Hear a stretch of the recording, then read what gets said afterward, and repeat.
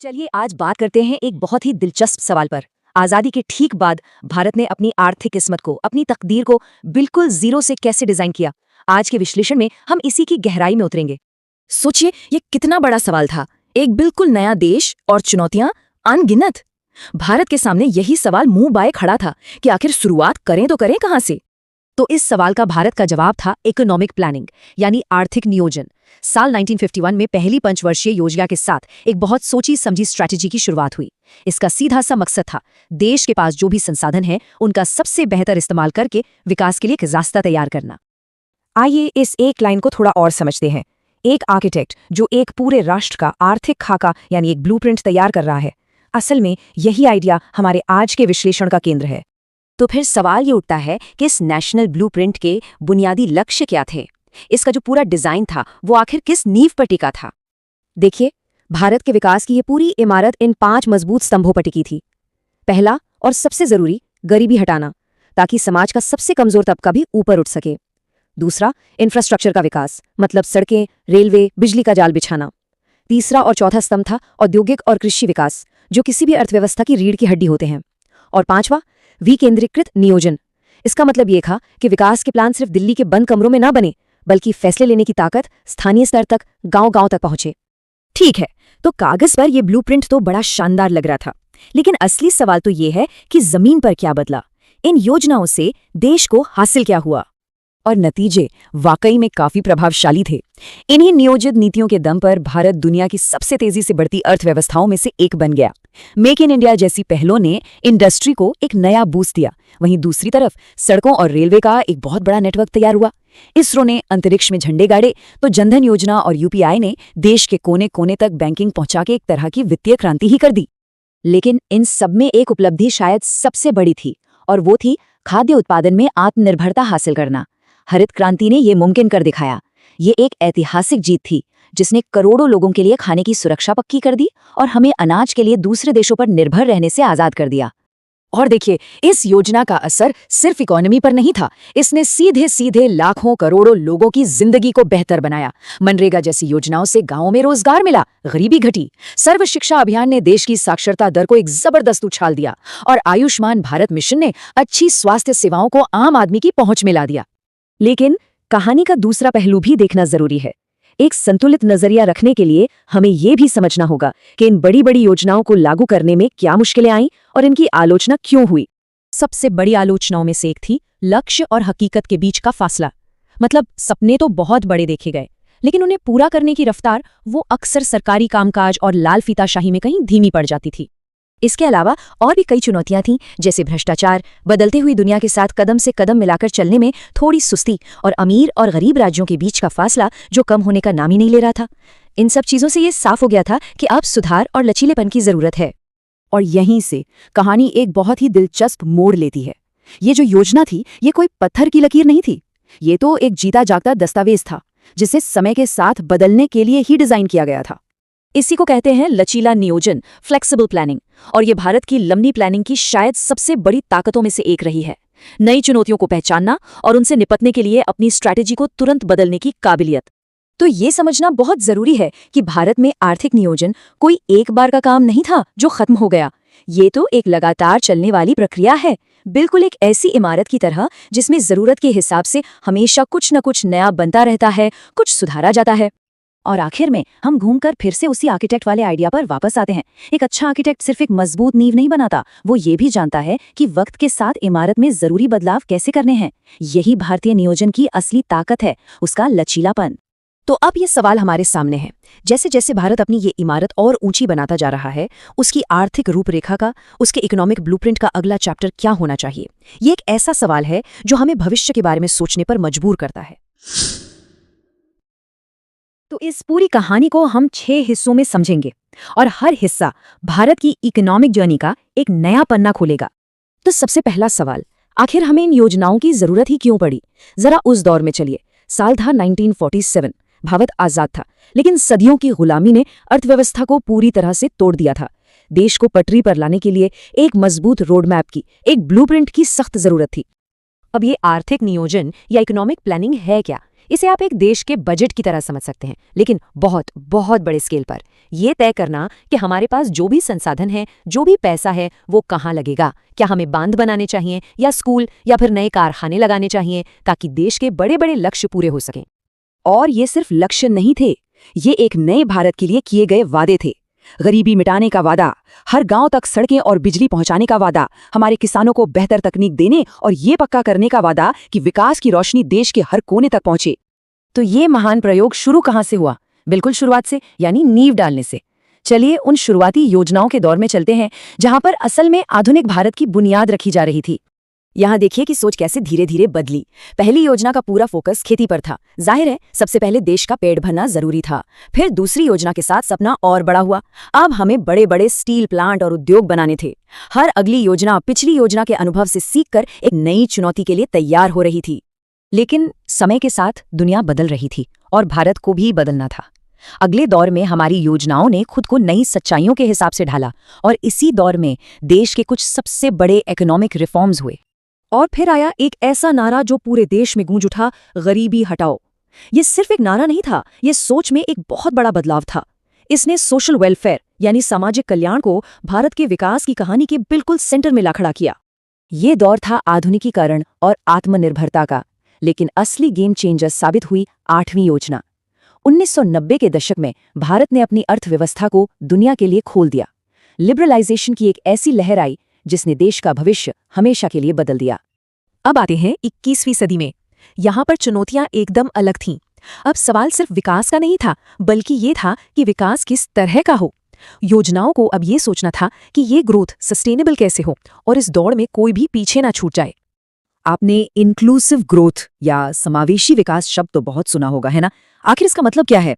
इसका मतलब है ये पक्का करना कि आर्थिक तरक्की का फायदा सिर्फ कुछ लोगों तक ही ना रहे, बल्कि समाज के हर तबके तक पहुंचे, किसानों से लेकर मजदूरों तक और शहरों से लेकर दूर दराज के गांवों तक। यही आखिरी योजनाओं का सबसे बड़ा मकसद था। तो इतने दशकों के इस लंबे सफर के बाद अब एक कदम पीछे हटकर वो बड़ा सवाल पूछने का समय है, क्या ये सब काम आया? चलिए इसका एक हिसाब किताब करते हैं। किसी भी बड़े काम की तरह पंचवर्षीय योजनाओं की अपनी शानदार कामयाबियां भी थीं और कुछ बड़ी नाकामयाबियां भी। तो आइए दोनों पहलुओं पर एक नजर डालते हैं। देखिए, सफलताओं को नकारा नहीं जा सकता। इसका मतलब था लाखों करोड़ों लोगों का गरीबी से बाहर निकलना। इसका मतलब था उन गांवों में बिजली पहुंचना जहां कभी अंधेरा था। इसका मतलब था उन बच्चों के लिए स्कूल खुलना जिनके माँ बाप शायद कभी स्कूल नहीं गए। ये एक एक ईंट जोड़कर एक राष्ट्र का निर्माण था। लेकिन ये तस्वीर का सिर्फ एक पहलू है। आलोचक भी अपनी जगह सही थे। तरक्की की रफ्तार अक्सर बहुत धीमी थी। कई बार ऐसा हुआ कि कुछ राज्य तो आगे निकल गए, लेकिन कुछ पीछे ही रह गए। इससे अमीर और गरीब के बीच की खाई और चौड़ी हो गई। मतलब जो योजनाएं कागज पर बेहतरीन दिखती थीं, वो जमीन पर हमेशा उतनी असरदार साबित नहीं हुई। तो इन तमाम कामयाबियों और चुनौतियों के बीच अब सवाल ये उठता है कि इन महत्वाकांक्षी योजनाओं की असली विरासत, असली लेगेसी क्या है? तो हम इस महान आर्थिक प्रयोग की स्थायी विरासत को आखिर कैसे समझें? देखिए, ये सिर्फ इतिहास का एक चैप्टर नहीं है, ये उस भारत की कहानी है जिसमें हम आज जी रहे हैं। ये एक लाइन शायद पूरी कहानी को समेट देती है। ये योजनाएं एक आर्किटेक्ट की तरह थीं, जो एक ऐसे राष्ट्र का ब्लूप्रिंट तैयार कर रही थी जो अभी अभी अपने पैरों पर खड़ा होना सीख रहा था। ये ब्लूप्रिंट हमेशा परफेक्ट नहीं था, लेकिन इसने एक मजबूत नींव जरूर रखी। आखिर में पंचवर्षीय योजनाएं कोई जादू की छड़ी नहीं थी, लेकिन वे एक बहुत जरूरी शुरुआत थी। उन्होंने एक दिशाहीन राष्ट्र को एक दिशा दी, एक बिखरी हुई अर्थव्यवस्था में एक व्यवस्था लाई। उनकी विरासत उन सड़कों, बांधों और कारखानों में तो है ही जो उन्होंने बनाए, लेकिन उससे भी ज्यादा उस विश्वास में है जो उन्होंने जगाया कि भारत अपनी किस्मत खुद लिख सकता है। और ये एक ऐसी विरासत है जो आज भी देश को आगे बढ़ा रही है। तो बात है 1947 की। एक देश आजाद हुआ और इस आजादी के साथ ही जन्मा एक सपना, इकोनॉमिक सेल्फ रिलायंस का, मतलब आर्थिक आत्मनिर्भरता का। देखिए, ये सिर्फ एक ख्वाब नहीं था, ये उस वक्त की सबसे बड़ी जरूरत थी। सवाल बहुत बड़ा था, भाई इतने विशाल और अलग अलग तरह के लोगों से भरे देश को गरीबी से निकालकर तरक्की की राह पर कैसे लाया जाए? इसका जवाब मिला एक सोची समझी योजना में। और यहीं से नींव पड़ी पंचवर्षीय योजनाओं की। ये योजनाएं भारत के आर्थिक लक्ष्यों को पाने का सबसे बड़ा और मजबूत जरिया बनी। कह सकते हैं कि ये एक ऐसा खाका था जिसने आने वाले कई दशकों के लिए देश के विकास की दिशा तय कर दी। तो सवाल ये है कि ये योजनाएं काम कैसे करती थीं? देखिए, हर 5 साल के लिए एक पूरा रोड मैप तैयार होता था। जैसे पहली योजना का पूरा फोकस देश की बुनियाद यानी खेती किसानी पर था। भाई पेट भरना सबसे पहली जरूरत थी। जब खेती थोड़ी संभली तो दूसरी योजना का सारा जोर लगा भारी उद्योगों पर, ताकि देश का औद्योगिक ढांचा मजबूत हो। और फिर तीसरी योजना ने इन दोनों को मिलाकर आत्मनिर्भरता का लक्ष्य साधा। मतलब ये एक बहुत ही सोची समझी स्टेप बाय स्टेप रणनीति थी। तो भाई इतने दशकों तक चले इस प्लानिंग का रिपोर्ट कार्ड कैसा रहा? चलिए पहले उन हिस्सों पर नजर डालते हैं जहां हमें अच्छे मार्क्स मिले, क्योंकि कोई शक नहीं कि इन योजनाओं ने कुछ बहुत बड़ी सफलताएं हासिल की। इन योजनाओं का असर हमें कई चीजों में साफ साफ दिखाई दिया। देश में गरीबी का स्तर काफी नीचे आया, रेलवे और बिजली जैसे बेहद जरूरी इंफ्रास्ट्रक्चर का एक जाल सा बिछ गया, औद्योगिक क्षेत्र ने भी अच्छी खासी रफ्तार पकड़ी, और हरित क्रांति की बदौलत भारत खाने पीने की चीजों खासकर अनाज के लिए आत्मनिर्भर बन गया। साथ ही शिक्षा का स्तर बढ़ा, साक्षरता दर बढ़ी और देश की जीडीपी में भी लगातार बढ़ोतरी हुई। ये वो ठोस नतीजे थे जिन्हें हम अनदेखा नहीं कर सकते। लेकिन क्या तस्वीर वाकई इतनी ही अच्छी थी? क्या इस रिपोर्ट कार्ड में कहीं कोई लाल निशान नहीं थे? यहीं से ये कहानी और भी ज्यादा दिलचस्प हो जाती है, क्योंकि इन कामयाबियों के साथ साथ एक दूसरा पहलू भी था जिस पर ध्यान देना बहुत बहुत जरूरी है। तो अब बात करते हैं रिपोर्ट कार्ड के उन हिस्सों की जहां सुधार की बहुत ज्यादा गुंजाइश थी। चलिए भारत की आर्थिक योजना से जुड़ी जो बड़ी विफलताएं और चुनौतियां थीं, उन्हें जरा करीब से देखते हैं। पहली और शायद सबसे बड़ी चुनौती थी एडमिनिस्ट्रेटिव लेवल पर। मतलब सरकारी तंत्र और उसके काम करने के तरीके में ही कुछ ऐसी समस्याएं थीं जिन्होंने अच्छी से अच्छी नीतियों को भी जमीन पर सही से उतरने नहीं दिया।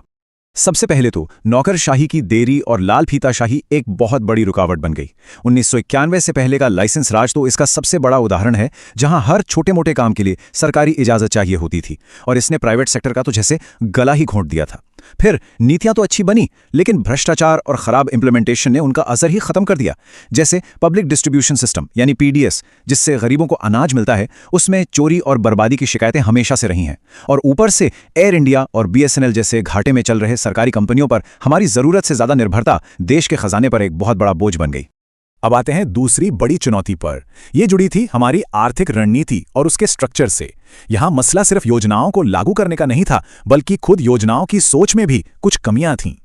हमारी जो प्लानिंग की प्रक्रिया थी वो दुनिया में हो रहे बदलावों के साथ कदम नहीं मिला पाई। 1991 में आर्थिक उदारीकरण अपनाने में हमने जो देरी की, उसने हमें इंडस्ट्रियल ग्रोथ की दौड़ में चीन जैसे देशों से बहुत पीछे कर दिया। एक और बहुत गंभीर मुद्दा रहा जॉबलेस ग्रोथ का। मतलब इकोनॉमी तो बढ़ रही थी, जीडीपी के आंकड़े भी अच्छे आ रहे थे, लेकिन उस हिसाब से नौकरियां पैदा नहीं हो रही थीं। और मनरेगा जैसी सामाजिक तौर पर जरूरी योजनाओं पर भारी सरकारी खर्च ने हमारे देश के राजकोषीय घाटे और कर्ज को काफी बढ़ा दिया।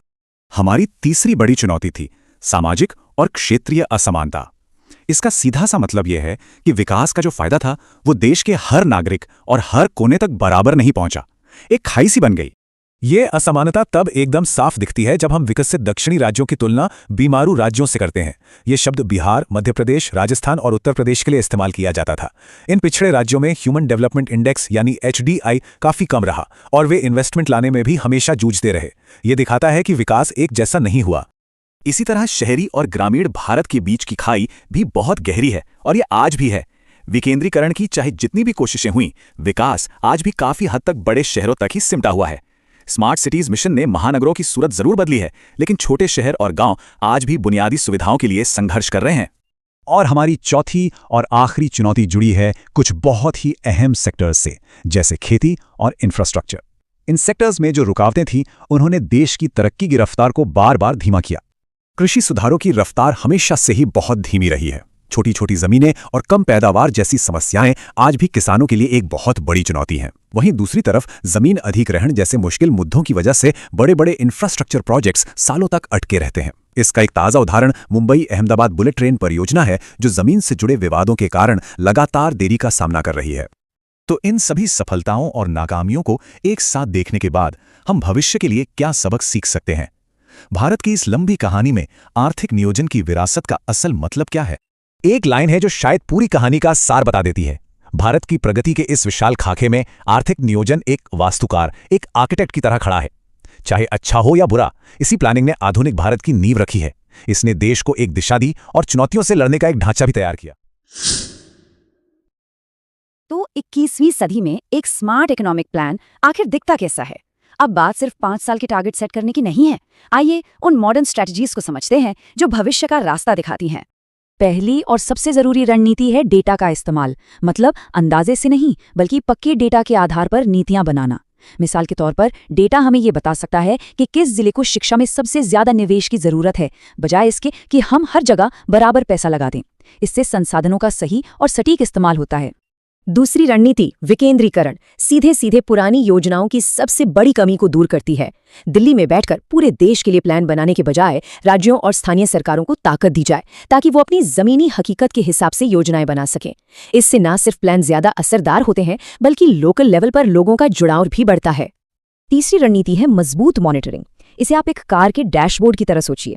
जैसे डैशबोर्ड आपको बताता है कि इंजन कैसा चल रहा है या पेट्रोल कितना है, ठीक वैसे ही परफॉर्मेंस इंडिकेटर्स बताते हैं कि कोई योजना कितनी अच्छी तरह काम कर रही है। इससे पहले कि कोई समस्या बड़ी हो जाए उसे ठीक किया जा सकता है। चौथी रणनीति प्राइवेट सेक्टर को एक अहम पार्टनर के तौर पर देखती है। इसका मतलब है कारोबार के लिए एक अच्छा माहौल बनाना और पब्लिक प्राइवेट पार्टनरशिप यानी पीपीपी मॉडल का इस्तेमाल करना। इसमें सरकार और प्राइवेट कंपनियां मिलकर किसी प्रोजेक्ट पर काम करती हैं, जैसे कोई नया एयरपोर्ट बनाना। इससे प्राइवेट सेक्टर की एक्सपर्टाइज और निवेश दोनों का फायदा मिलता है। चलिए पांचवी रणनीति पर चलते हैं जो सीधे तौर पर विकेंद्रीकरण से जुड़ी है, यानी क्षेत्रीय असमानताओं को दूर करना। इसका मतलब है पिछड़े इलाकों के लिए टारगेटेड नीतियां बनाना और विकास के अंतर को पाटने के लिए सोच समझकर संसाधन देना। मकसद ये है कि विकास समावेशी हो, देश का हर कोना तरक्की करे। छठी रणनीति है लचीलापन। देखिए, पुरानी पंचवर्षीय योजनाएं अक्सर काफी सख्त होती थीं, लेकिन आज की दुनिया बहुत तेजी से बदलती है। अर्थव्यवस्थाएं बदलती हैं, नई चुनौतियां सामने आती हैं। इसलिए योजनाओं में इतनी गुंजाइश होनी चाहिए कि बदलती परिस्थितियों के हिसाब से उनमें बीच में ही सुधार किया जा सके, ताकि वे हमेशा असरदार बनी रहें।